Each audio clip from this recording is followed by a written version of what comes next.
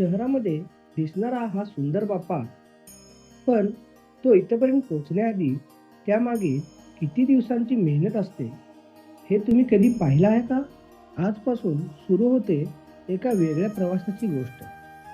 मूर्ती विकत घेण्याची नाही, तर मूर्ती जन्माला येतानाची गोष्ट. मित्रांनो, या शेडमध्ये प्रत्येक दिवसाची सुरुवात होते ते म्हणजे दृढ निश्चयापासून, आणि या दृढ निश्चयासोबतच येथे साकारला जातोय आपला लाडका बाप्पा.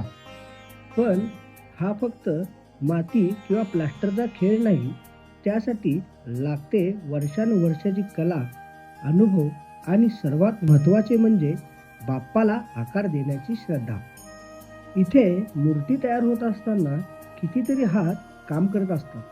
कुणी आकार देतं, कुणी बारकावे घडवतं, आणि प्रत्येकजण आपल्या परीने बाप्पांना पूर्णत्वाकडे घेऊन जाण्यासाठी प्रयत्न करत असतो. आज तुम्हाला दिसतायत फक्त अर्धवट मूर्ती, पण अपूर्ण आकारात लपलेलं आहे एका सुंदर बाप्पांचं रूप.